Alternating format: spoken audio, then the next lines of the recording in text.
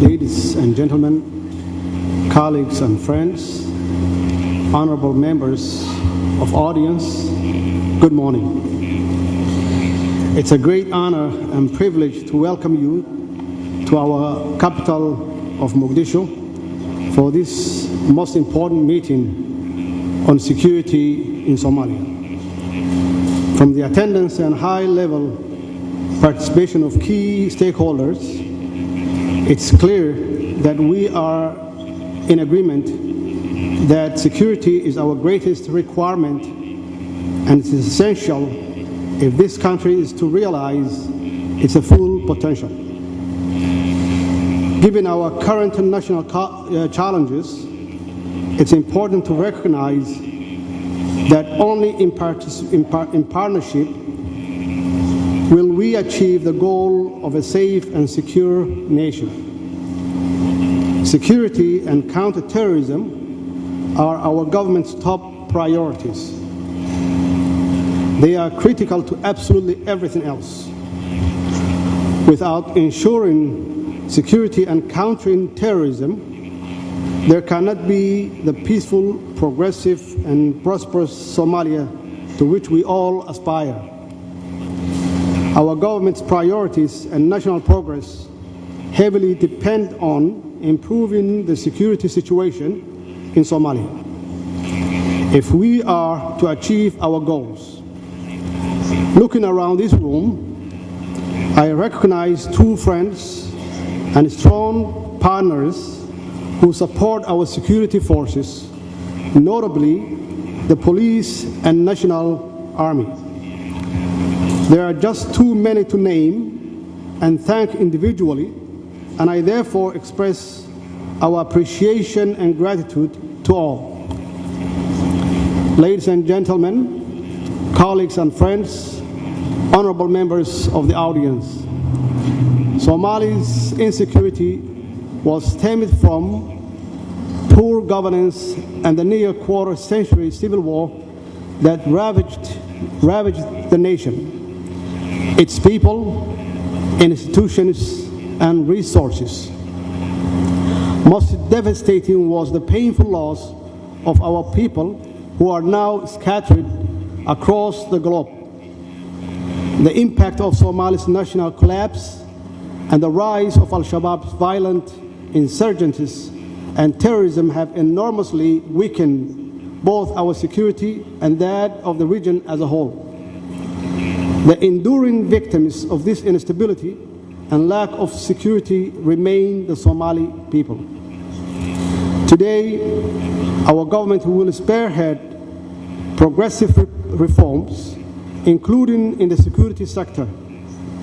Despite the challenges and setbacks, we Somalis are vibrant and resilient people, full of hope and high expectations. We will continue our rise. It is this public hope, trust, and expectations that fuel my administration's determination to fully utilize every tangible opportunity to continue to take Somalia forward. It is the solemn promise and duty of my government to capitalize on this momentum. There will be no delay, there will be no disruption.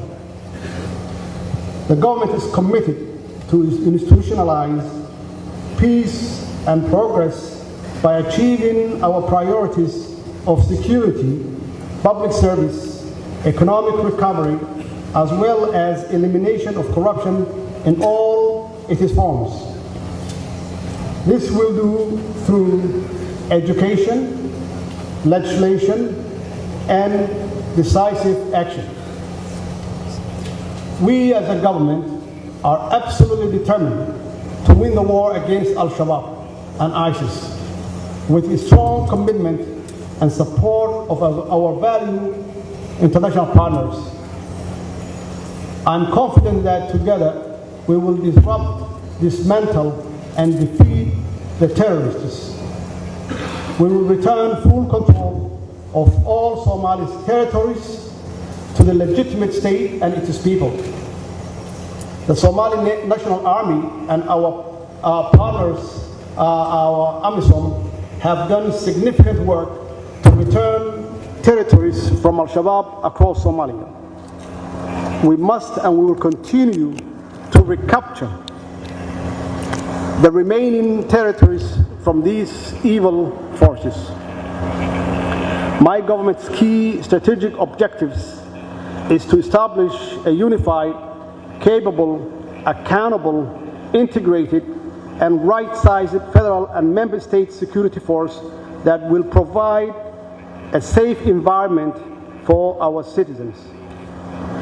As agreed upon national security architecture and recently developed national defense strategy, operational readiness assessment, as well as our National Integration Commission, encompass the security ambitions of this government. We are committed to the implementation of resectorization immediately, and we agree that the role of Commander Defense Force, CDF, is to reorganize and reintegrate the Somali National Army and appoint the best and the brightest sector commanders. In this respect, these documents, if invested in and properly implemented, we will see Somalia return to complete stability and begin to see a true progress. From the outset, I wanted to make crystal clear that we are proud of all our security forces. Our soldiers are fighting courageously and leading the effort alongside AMISOM troops to liberate their fellow countrymen from Al-Shabaab's violence and tyranny. We honor the sacrifices made by AMISOM forces and our international partners. We are forever indebted for their sacrifices. We are also cognizant that we must address the critical security gaps before transitioning security operations and full responsibility to well-trained, equipped, and supported Somali security forces. There is no doubt that Al-Shabaab is weakening and is losing ground.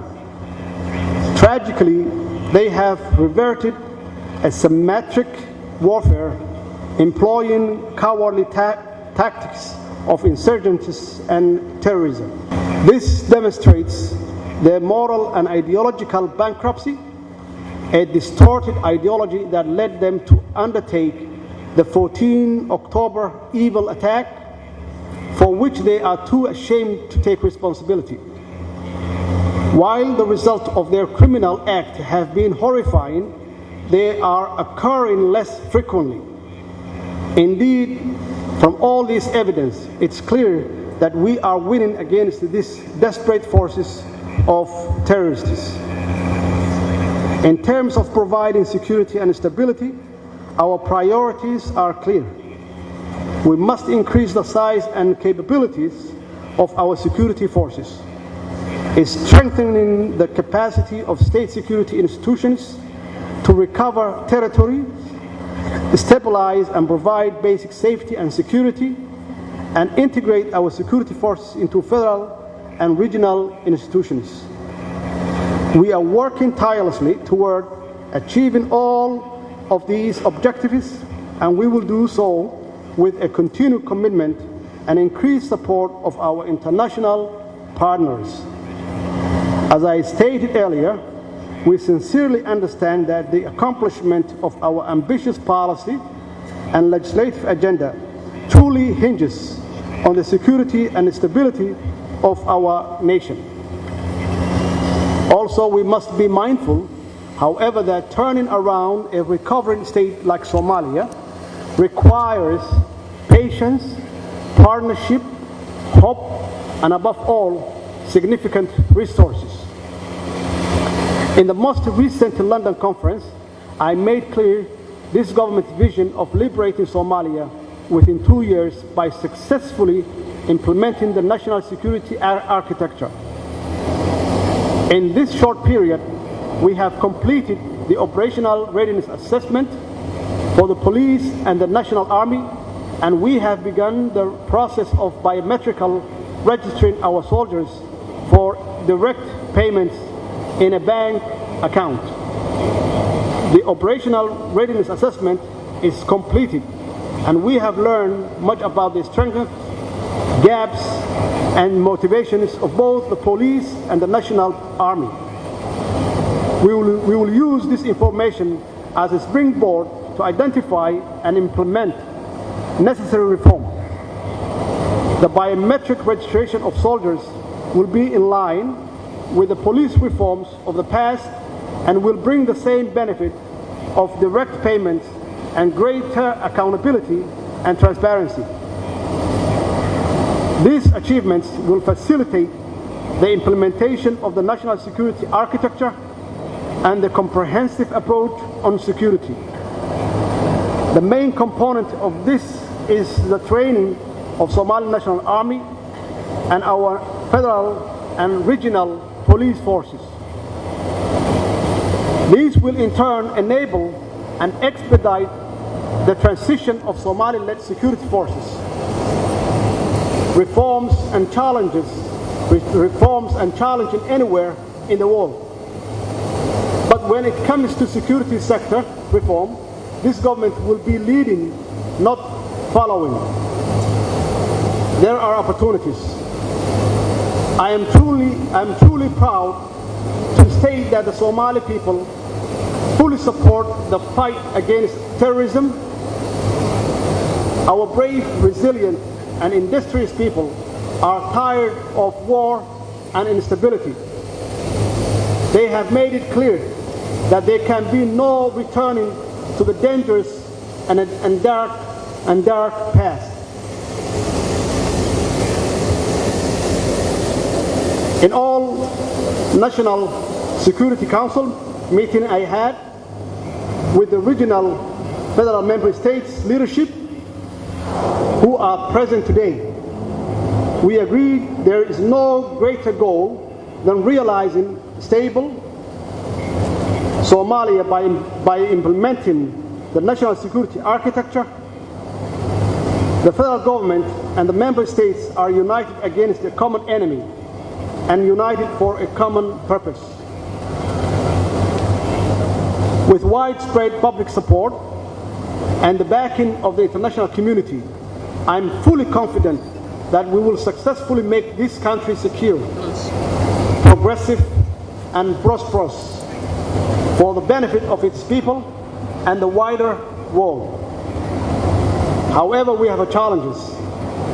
Despite our success, many obstacles remain in our journey to security and stability as a nation. These include, but not are limited to, connecting newly liberated regions and providing stabilizing support in the form of coordinated aid, assistance, security, as well as local and regional economic development. Financing the security sector presents a significant challenge for which we have found a sustainable solution with the commitment and support of our international partners. As a government, we have prioritized domestic revenue generation, and in time, we expect to be able to cover the costs of running our government. However, the current security requirements far exceed our economic means, and we urgently request that the international community increase its diverse and generous support to our security force if we are to protect the gains we have made thus far. In addition, we are progressing toward full compliance with the UN Security Council resolution on the weapons embargo, and we are optimistic that our partners will facilitate and support us in this process. We must be allowed to fight the enemies of peace effectively and bring about their swift demise. Some of my nation's challenges will be discussed in more detail by my esteemed colleagues later today. I wanted to conclude on a positive note that I found buried deep in the Somali National Army report. The Somali National Army, despite the poor pay, is motivated to defend their country because they believe in it. Patriotism is the reason they are willing to risk their lives. I am deeply humbled and tremendously proud of my countrymen. In conclusion, I reiterate that security is our #1 priority. Without it, nothing can be achieved.